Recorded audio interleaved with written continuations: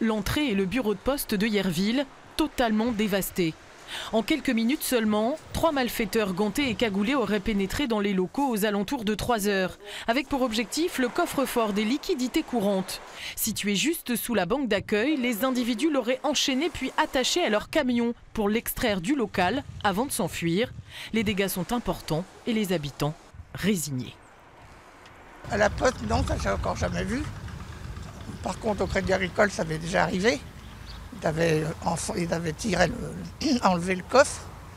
Mais bon, il y a déjà des années là. Est-ce que ça vous surprend ou pas du coup? Non, ça ne me surprend pas beaucoup. Hein. J'ai passé 4 ans ici comme chef d'établissement. Alors qu'est-ce que ça vous fait de voir ça comme Mais ça? ça fait drôle.